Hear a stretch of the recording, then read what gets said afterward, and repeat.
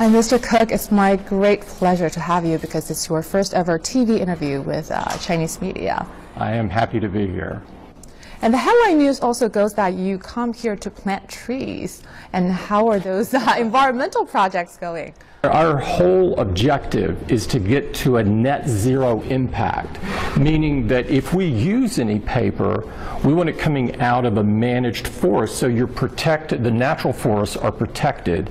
And this is something that, this is the largest project we've ever done, and but this is another one of our pillars of our environmental strategy, one of which is running our company on 100% renewable energy, and then net zero in terms of virgin paper use. Again, that's great social responsibility, but then I also saw some solar-related projects. Is that something you're looking at in terms of business as well? Our latest step in doing that is to put a 40-megawatt solar facility in China, in the Sichuan province. And what this will do is it will power all of our stores, all of our headquarters, and all of our offices throughout the entire mainland China. So speaking of Apple, the company is the largest company in the world by market cap. But look at the tech space now. I think with Microsoft recently launching the HoloLens that wowed the street, and also Tesla's battery project. So people are wondering, when are we going to see the next wow product from Apple? Well, you know, I'm wearing it. I'm wearing it. It's here. We just shipped the watch 2 weeks ago. And so we've just launched an entirely new category. Yes, I get that, but it's still paired to an Apple and linked with the entire touch screen digital hub. But when are people going to see the next thing? Is it on the track of the much rumored Apple car, or the Titan project, or it's AI, artificial intelligence, or it's drones, or people are guessing, or maybe it's something totally out of people's imagination, but it's on your shelf, that you have a 5 or 10-year plan? We are always very secretive about our 5-year and 10-year and 15-year plan. But you can always count on great things from us. We're always focusing on not doing a ton of projects, but picking ones where we can make the most impact. Stay focused. And we stay very focused, and so we have just a few products, but we go very deep in them. So for your China strategy, I'm just wondering how much sales does China account for in terms of your global sales? It's about a little over 20% for Greater China, and it's a hugely important part of our company from all aspects, from the sales, but also from the supply side. You know, we've now created over 3 million jobs in China, and about half of those are manufacturing, but half of those are in application development. Are you going to put more focus on this market? Because right now, well, this for different reasons, that iTunes Store is still not available in China, the retail chain is still limited, or like sometimes people have to buy Apple products from smugglers. Basically, they pay double the price because China is basically a lot of times not among the first batch of shipment.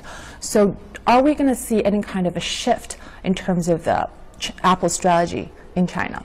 Always want to ship in China first, and we do so every time that we can. You saw that with the watch that we just launched a couple of weeks ago.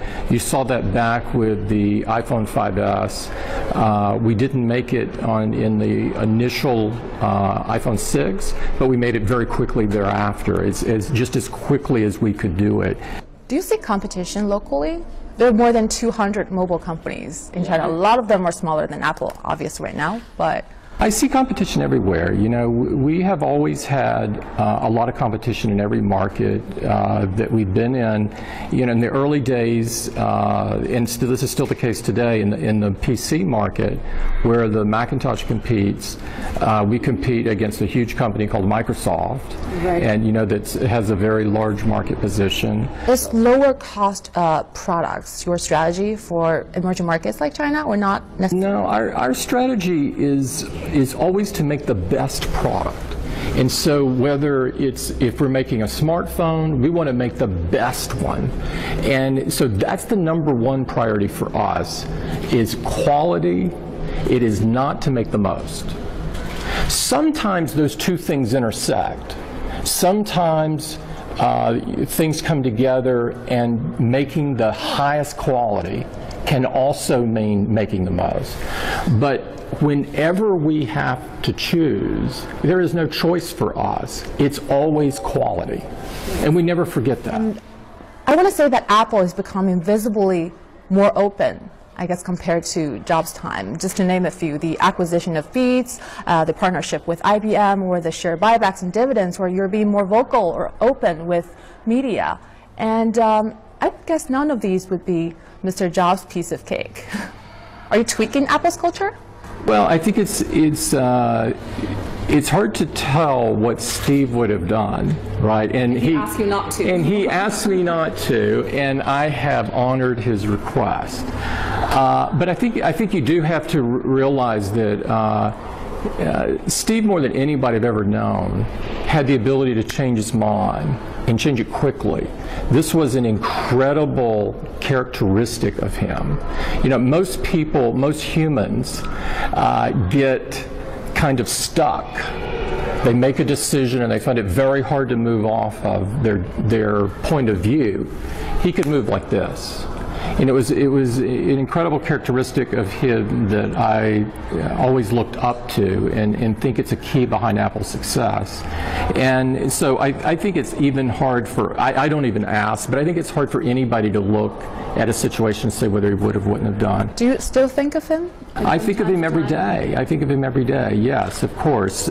He was a dear friend. I mean, a lot of people look at him as an inventor and an innovator, and you know, in many different ways. I look at him more importantly as a dear friend, and in the world you don't have a lot of friends. You have a few very, very deep ones, and he was one of my very deep ones. And I read about this story that you even offered to donate your liver, as well, part of your liver, as the transplant.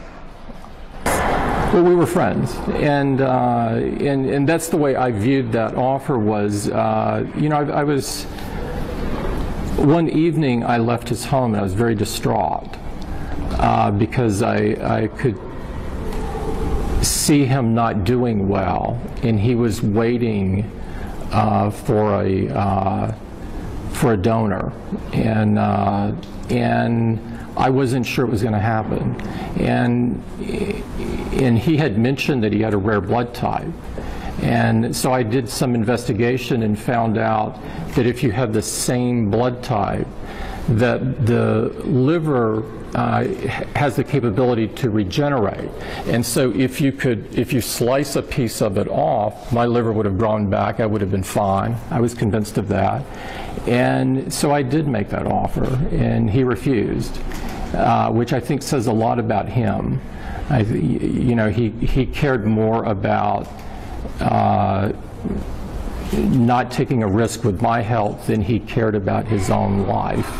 And I think that says an enormous amount about him. It's great to know the details of the story. And then I know that you still keep his office, Mr. Jobs? I will always keep that office. Yeah, that office will never go away. It just wouldn't feel right. And so, yes, we always keep it, and we keep it like it was when he left it. And what's your biggest hobby? I guess audience really. My biggest hobby is Apple. Outside of work? Well, work is my life. That's why I heard you only sleep for 4 hours a day, right? And then you probably need 2 of those watches because battery only lasts for about 18 hours. You know, mine, I have very good luck with mine, and never run out of battery, and I exercise a reasonable amount, which is great. I like to hike outside of work. It sort of clears my mind and reminds me about the importance of the environment.